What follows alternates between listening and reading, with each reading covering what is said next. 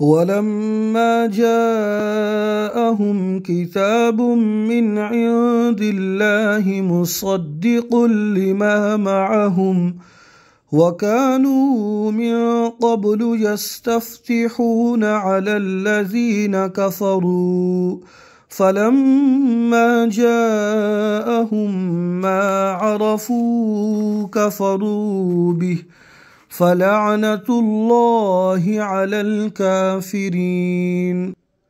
بئس ما اشتروا به أنفسهم أن يكفروا بما أنزل الله بغيا أن ينزل الله من فضله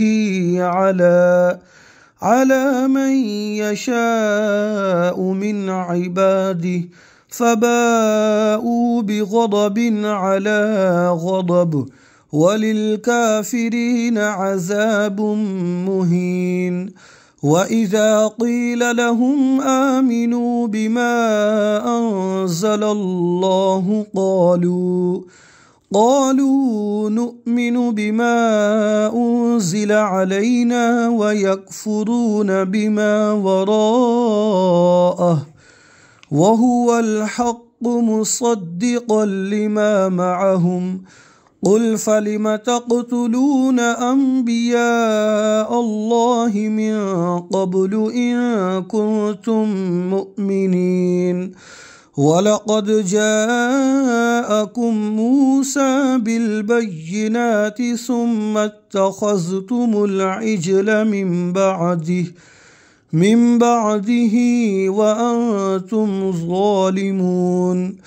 وإذ أخذنا ميثاقكم ورفعنا فوقكم الطور خذوا ما آتيناكم بقوة واسمعوا قالوا سمعنا وعصينا وأشربوا في قلوبهم العجل بكفرهم. قل بئس ما يأمركم به إيمانكم إن كنتم مؤمنين. قل إن كانت لكم الدار الآخرة عند الله خالصة من دون الناس فتمنوا الموت إن كنتم صادقين ولن يتمنوه أبدا بما قدمت أيديهم والله عليم بالظالمين.